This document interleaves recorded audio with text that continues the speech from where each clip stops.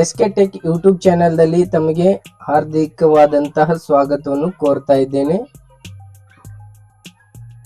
ಗೆಳೆಯರೆ, ಈ ಒಂದು ವಿಡಿಯೋದಲ್ಲಿ ನಾನು ಗ್ರಾಮ ಪಂಚಾಯಿತಿಯಲ್ಲಿ ಬರ್ತಕ್ಕಂಥ MG ನರೇಗಾ ಯೋಜನೆಯ ಒಂದು ಫಲಾನುಭವಿಗಳ ಅಮೌಂಟನ್ನು ಜಮಾ ಆಗಿದ್ದರ ಬಗ್ಗೆ, ಯಾವ ರೀತಿಯಾಗಿ ಯಾವ ಬ್ಯಾಂಕಿಗೆ ಜಮಾ ಆಗಿದೆ ಅನ್ನೋದನ್ನು ತಿಳಿಸ್ಕೊಡ್ತಾ ಇದ್ದೇನೆ. ಇದುವರೆಗೆ ನನ್ನ ಚಾನಲನ್ನು ಸಬ್ಸ್ಕ್ರೈಬ್ ಮಾಡಿಕೊಂಡಿಲ್ಲ ಅಂತಂದರೆ ಪ್ಲೀಸ್ ಸಬ್ಸ್ಕ್ರೈಬ್ ಮಾಡಿ. ಹಾಗೆಯೇ ಪಕ್ಕದಲ್ಲಿ ಕಾಣಿಸ್ತಾ ಇರೋ ಬೆಲ್ ಐಕನ್ ಮೇಲೆ ಕ್ಲಿಕ್ ಮಾಡಿ. ಗೆಳೆಯರೆ, ಇದೇ ಥರದ ಸಾಕಷ್ಟು ವಿಡಿಯೋಸ್ಗಳನ್ನು ನಾನು ಈ ಒಂದು ಎಸ್ಕೆ ಟೆಕ್ ಯೂಟ್ಯೂಬ್ ಚಾನೆಲ್ದಲ್ಲಿ ಅಪ್ಲೋಡ್ ಮಾಡ್ತಾ ಇರ್ತೇನೆ. ಅದಕ್ಕೋಸ್ಕರ ಬೆಲ್ ಐಕನ್ ಮೇಲೆ ಕ್ಲಿಕ್ ಮಾಡೋದನ್ನು ಮರೆಯಬೇಡಿ. ಮುಂದಿನ ಒಂದು ವಿಡಿಯೋದಲ್ಲಿ ನಾನು RSK ವೆಬ್ಸೈಟ್ ಬಗ್ಗೆ ತಿಳಿಸ್ಕೊಡ್ತಾ ಇದ್ದೇನೆ.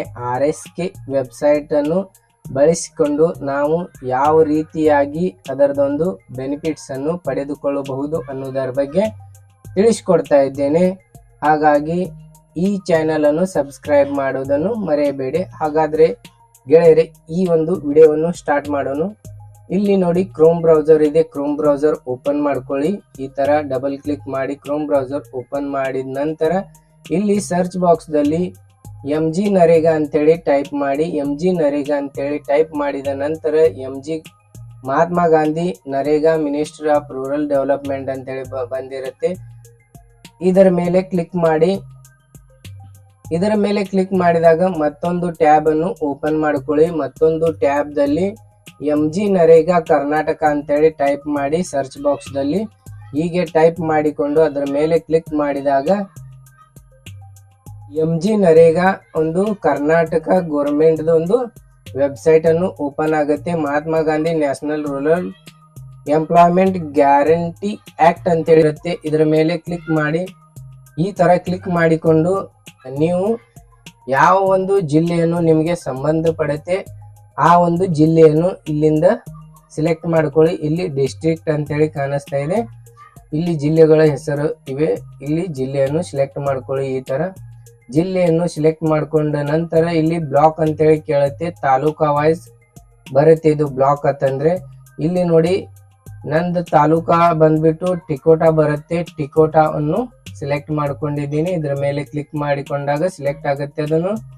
ಆನಂತರ ಅರಕೇರಿ ಗ್ರಾಮ ಬರುತ್ತೆ.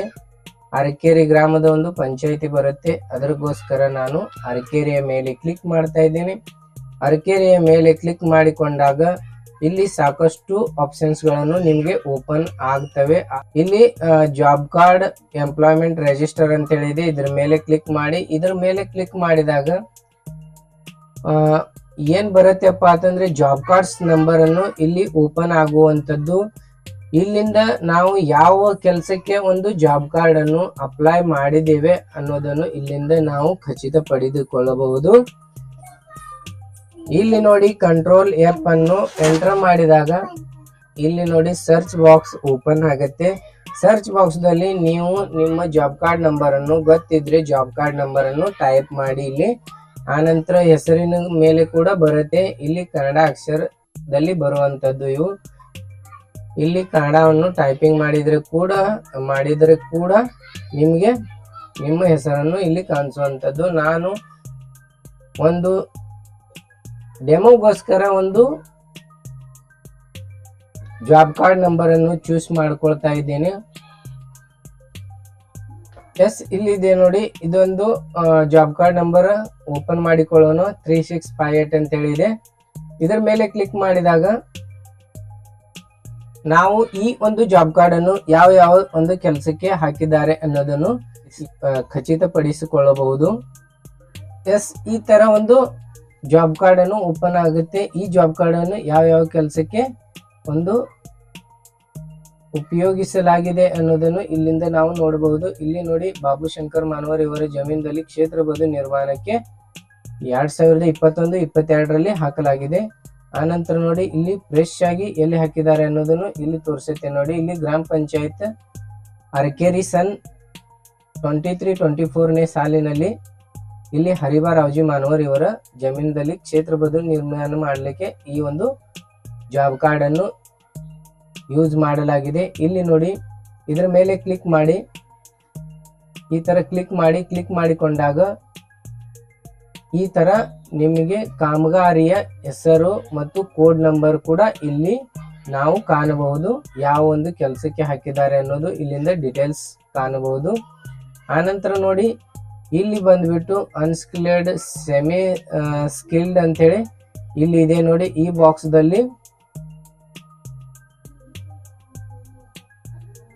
ದಲ್ಲಿ ನೋಡಿ ಇದ್ರ ಮೇಲೆ ಕರ್ಸರ್ ಅನ್ನು ಒಯ್ದಾಗ ಇಲ್ಲಿ ನೋಡಿ ಕ್ಲಿಕ್ ಮಾಡಲು ಕೇಳ್ತಾ ಇದೆ.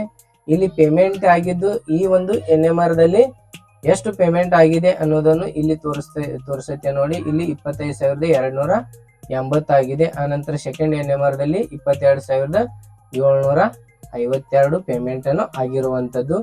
ಇಲ್ಲಿ ನೋಡಿ ಈ ಒಂದು NMR ಅನ್ನು ನಾನು ಓಪನ್ ಮಾಡ್ತಾ ಇದ್ದೇನೆ. ಇದ್ರ ಮೇಲೆ ಕ್ಲಿಕ್ ಮಾಡಿಕೊಂಡಾಗ ಒಂದು ಡೀಟೇಲ್ಸ್, ಲೇಬರ್ ಡೀಟೇಲ್ಸ್ ಅನ್ನು ಇಲ್ಲಿ ಬರುವಂತದ್ದು. ಈ ಒಂದು ಕಾಮಗಾರಿಗೆ ಯಾರ್ದು ಒಂದು ಜಾಬ್ ಕಾರ್ಡ್ ಅನ್ನು ಹಾಕಲಾಗಿದೆ ಅನ್ನೋದನ್ನು ಡೀಟೇಲ್ಸ್ ತೋರಿಸುತ್ತೆ. ಇದು ಮಾಸ್ಟರ್ ರೋಲ್ ಸ್ಲಿಪ್ ಓಪನ್ ಆಗುತ್ತೆ. ಈ ತರ ಒಂದು ಮಾಸ್ಟರ್ ರೋಲ್ ಸ್ಲಿಪ್ ಅನ್ನು ಇಲ್ಲಿ ಓಪನ್ ಆಗುತ್ತೆ. ಇಲ್ಲಿ NMR ಸ್ಲಿಪ್ ಕೂಡ ಅಂತಾರೆ ಇದಕ್ಕೆ. ರಾಮ ಡೊಂಬಾಳೆ ಅವ್ರದ್ದು ಜಾಬ್ ಕಾರ್ಡ್ ಹಾಕಿದ್ದಾರೆ. ಆನಂತರ ಔಸಾಬಾಯಿ ಡೊಂಬಾಳೆ ಹಾಕಿದ್ದಾರೆ. ಅರ್ಜುನ್ ಕೇರ್ಬಾ ಖರಾತ್ ಹಾಕಿದ್ದಾರೆ. ಈ ತರ ಸಾಕಷ್ಟು ಜನರದು ಒಂದು ಜಾಬ್ ಕಾರ್ಡ್ ಅನ್ನು ಇಲ್ಲಿ ಹಾಕಿರುವಂತದ್ದು ಈ ಒಂದು ವರ್ಕಿಗೆ. ಇಲ್ಲಿ ನೋಡಿ ಇಲ್ಲಿ ಅವ್ರದ ನೋಂದಣಿ ಸಂಖ್ಯೆ ಕೂಡ ಇರುತ್ತೆ, ಆನಂತರ ಹೆಸರು ಕೂಡ ಇರುತ್ತೆ. ಆನಂತರ ಇಲ್ಲಿ ಪ್ರೆಸೆಂಟ್ ಎಷ್ಟು ದಿನ ಪ್ರೆಸೆಂಟ್ ಇದ್ದಾರೆ, 8 ದಿನದ ಒಂದು ಹಾಜರಾತಿಯನ್ನು ಇಲ್ಲಿ ಹಾಕಿರುವಂತದ್ದು. ಒಂದು ದಿನದ ಕೂಲಿ 316 ರೂಪಾಯಿ ಇರುವಂತದ್ದು. ಹಾಜರಾತಿ ತಕ್ಕಂತೆ ಬಾಕಿ ಹಣ ಇರುವುದು ಇಲ್ಲಿ ತೋರಿಸುತ್ತೆ. ಆನಂತರ ಒಟ್ಟು ನಗದು ಪಾವತಿ ಮಾಡಿದ ನಂತರ ಎಷ್ಟು ಒಂದು ನಗದನ್ನು ಪಾವತಿ ಮಾಡಿದೆ ಅನ್ನೋದರ ಬಗ್ಗೆ ಇಲ್ಲಿ ಡೀಟೇಲ್ಸ್ ಇರುತ್ತೆ. ಯಾವ ಒಂದು ಬ್ಯಾಂಕಿಗೆ ಇವರು ಒಂದು ಟ್ರಾನ್ಸ್ಫರ್ ಮಾಡಿದ್ದಾರೆ ಅನ್ನೋದನ್ನು ಇಲ್ಲಿ ಮೆನ್ಷನ್ ಇರುತ್ತೆ. ಇಲ್ಲಿ ಅರಕೇರಿ ಬ್ರಾಂಚ್ ಇದೆ ನೋಡಿ. ಇಲ್ಲಿ ಬರೋಡಾ ಬ್ಯಾಂಕ್ ಇರುವಂತದ್ದು ಅರಕೇರಿಯಲ್ಲಿ ಈ ತರ ಕಾಣಿಸ್ತಾ ಇದೆ. ಆದ್ರೆ ಯಾವ ಬ್ಯಾಂಕಿಗೆ ಹೋಗಿದೆ ಅನ್ನೋದಕ್ಕೆ ಹೇಗೆ ನಾವು ತಿಳಿದುಕೊಳ್ಳಬಹುದಪ್ಪ ಅಂತಂದ್ರೆ ಇಲ್ಲಿ ವೆಜ್ ಲಿಸ್ಟ್ ನಂಬರ್ ಅನ್ನು ಇಲ್ಲಿಂದ ಕಾಪಿ ಮಾಡ್ಕೊಳ್ಳಿ. ಈ ತರ ವೆಜ್ ಲಿಸ್ಟ್ ನಂಬರ್ ಅನ್ನು ಕಾಪಿ ಮಾಡಿದ ನಂತರ ಫಸ್ಟ್ ಗೆ ಏನು ನಾವು ಟ್ಯಾಬ್ ಓಪನ್ ಮಾಡಿದ್ದೇವೆ ಆ ಟ್ಯಾಬ್ ದಲ್ಲಿ ಬಂದ್ಬಿಟ್ಟು ಸರ್ಚ್ ಬಾಕ್ಸ್ ದಲ್ಲಿ ಇಲ್ಲಿ ಕ್ಲಿಕ್ ಮಾಡಬೇಕಾಗುತ್ತೆ. ಸರ್ಚ್ ಬಾಕ್ಸ್ ಮೇಲೆ ಕ್ಲಿಕ್ ಮಾಡಿದಾಗ ಇಲ್ಲಿ ನೋಡಿ ಇಲ್ಲಿ ಸರ್ಚ್ ಅಂತೇಳಿ ಕಾಣಿಸ್ತಾ ಇದೆ. ಇದ್ರ ಮೇಲೆ ಕ್ಲಿಕ್ ಮಾಡಿಬಿಟ್ಟು ಇಲ್ಲಿ ವೆಜ್ ಲಿಸ್ಟ್ ಸಿಲೆಕ್ಟ್ ಮಾಡ್ಕೊಳ್ಳಿ. ಆನಂತರ ಇಲ್ಲಿ ನಿಮ್ಮ ಒಂದು ರಾಜ್ಯ ಸಿಲೆಕ್ಟ್ ಮಾಡ್ಕೊಳ್ಳಿ. ಆನಂತರ ಇಲ್ಲಿ ಡಿಸ್ಟ್ರಿಕ್ಟ್ ಅನ್ನು ಸಿಲೆಕ್ಟ್ ಮಾಡ್ಕೊಳ್ಳಿ. ಆನಂತರ ನೋಡಿ ಡಿಸ್ಟ್ರಿಕ್ಟ್ ಅನ್ನು ಸಿಲೆಕ್ಟ್ ಮಾಡಿಕೊಂಡ ನಂತರ ಇಲ್ಲಿ ಖಾಲಿ ಬಾಕ್ಸ್ ಕಾಣಿಸ್ತಾ ಇದೆ. ಇದ್ರ ಮೇಲೆ ಕ್ಲಿಕ್ ಮಾಡಿಕೊಂಡು ಇಲ್ಲಿ ನೀವು ಕಾಪಿ ಮಾಡುವಂತಹ ವೆಜ್ ಲಿಸ್ಟ್ ನಂಬರ್ ಅನ್ನು ಇಲ್ಲಿ ಪೇಸ್ಟ್ ಮಾಡಿ. ಪೇಸ್ಟ್ ಆದ ನಂತರ ಇಲ್ಲಿ ಗೋ ಬಟನ್ ಮೇಲೆ ಕ್ಲಿಕ್ ಮಾಡಿ. ಗೋ ಬಟನ್ ಮೇಲೆ ಕ್ಲಿಕ್ ಮಾಡಿದಾಗ ಈ ತರ ಪಾಪ್ಅಪ್ ಓಪನ್ ಆಗುತ್ತೆ. ಇದ್ರ ಮೇಲೆ ಕ್ಲಿಕ್ ಮಾಡಿಕೊಂಡು ಇಲ್ಲಿ ನೋಡಿ ಲಿಂಕ್ ಇದೆ ಅದರದ್ದು, ಇದರ ಮೇಲೆ ಕ್ಲಿಕ್ ಮಾಡಿ. ಕ್ಲಿಕ್ ಮಾಡಿದಾಗ ಇಲ್ಲಿ ವೆಜ್ ಲಿಸ್ಟ್ ನಂಬರ್ ತೋರಿಸುತ್ತೆ ನೋಡಿ. ಇಲ್ಲಿ ಈ ತರ ವೆಜ್ ಲಿಸ್ಟ್ ನಂಬರ್ ತೋರಿಸ್ತಾ ಇದೆ. ಇದರ ಮೇಲೆ ಕ್ಲಿಕ್ ಮಾಡಿ. ಕ್ಲಿಕ್ ಮಾಡಿಕೊಂಡು ಡೊಂಬಾಳೆ ಅಂತೇಳಿ ಇವ್ರದ ಯಾವ ಬ್ಯಾಂಕಿಗೆ ಒಂದು ಅಮೌಂಟ್ ಅನ್ನು ಹೋಗಿದೆ ಅನ್ನೋದರ ಬಗ್ಗೆ ನಾವು ನೋಡ್ತಾ ಇದ್ದೇವೆ. ಇಲ್ಲಿ FTO ನಂಬರ್ ಸಿಗುತ್ತೆ ನಿಮ್ಗೆ. ಇಲ್ಲಿಂದ FTO ನಂಬರ್ ಅನ್ನು ಕಾಪಿ ಮಾಡ್ಕೊಳ್ಳಿ. ಕಾಪಿ ಆದ ನಂತರ ಇಲ್ಲಿ ಮತ್ತೆ ಈ ಟ್ಯಾಬ್ ಅನ್ನು ಓಪನ್ ಮಾಡ್ಕೊಳ್ಳಿ. ಟ್ಯಾಬ್ ಅನ್ನು ಓಪನ್ ಆದ ನಂತರ ಇಲ್ಲಿ ನೋಡಿ ವೆಜ್ ಲಿಸ್ಟ್ ನಂಬರ್ ಅನ್ನು ತೆಗೆದು ಇಲ್ಲಿ ಫಂಡ್ ಟ್ರಾನ್ಸ್ಫರ್ ಆರ್ಡರ್ ಅಂತ ಹೇಳಿದೆ ಅದನ್ನು ಸಿಲೆಕ್ಟ್ ಮಾಡ್ಕೊಳ್ಳಿ. ಆನಂತರ ಇಲ್ಲಿ ಸ್ಟೇಟ್ ಸಿಲೆಕ್ಟ್ ಮಾಡ್ಕೊಳ್ಳಿ. ಡಿಸ್ಟ್ರಿಕ್ಟ್ ಅನ್ನು ಸಿಲೆಕ್ಟ್ ಮಾಡಿದ ನಂತರ ಇಲ್ಲಿ ಅದನ್ನು ಪೇಸ್ಟ್ ಮಾಡಿ. ಇಲ್ಲಿ FTO ಅನ್ನು ಪೇಸ್ಟ್ ಮಾಡಿದ ನಂತರ ಇಲ್ಲಿ ಗೋ ಬಟನ್ ಮೇಲೆ ಕ್ಲಿಕ್ ಮಾಡಿ. ಗೋ ಬಟನ್ ಮೇಲೆ ಕ್ಲಿಕ್ ಮಾಡಿದಾಗ ಇಲ್ಲಿ ನೋಡಿ ಪಾಪ್ಅಪ್ ಓಪನ್ ಆಗಿದೆ. ಇದರ ಮೇಲೆ ಕ್ಲಿಕ್ ಮಾಡಿ. ಇಲ್ಲಿ ಲಿಂಕ್ ಬರುತ್ತೆ, ಇದರ ಮೇಲೆ ಕ್ಲಿಕ್ ಮಾಡಿ. ಕ್ಲಿಕ್ ಮಾಡಿಕೊಂಡಾಗ ಇಲ್ಲಿ ನೋಡಿ ಹೊಸ ವಿಂಡೋವನ್ನು ಓಪನ್ ಆಗುತ್ತೆ. ಹೊಸ ವಿಂಡೋವನ್ನು ಓಪನ್ ಆದಾಗ ಈ ತರ ದೊಡ್ಡದು ಮಾಡ್ಕೊಳ್ಳಿ. ಆನಂತರ ನೋಡಿ ಇಲ್ಲಿ ಗೋಪಾಲ್ ರಾಮ ಡೊಂಬಾಳೆ ಇವ್ರದ್ದು ಸರ್ಚ್ ಮಾಡ್ತಾ ಇದ್ದೇವೆ. ಇವ್ರದ್ದು ನೋಡಿ ಅರಕೇರಿ ಬ್ಯಾಂಕ್ ಒಂದು IFSC ಕೋಡ್ ಅನ್ನು ಇವರು ಕೊಟ್ಟಿರುವಂತದ್ದು.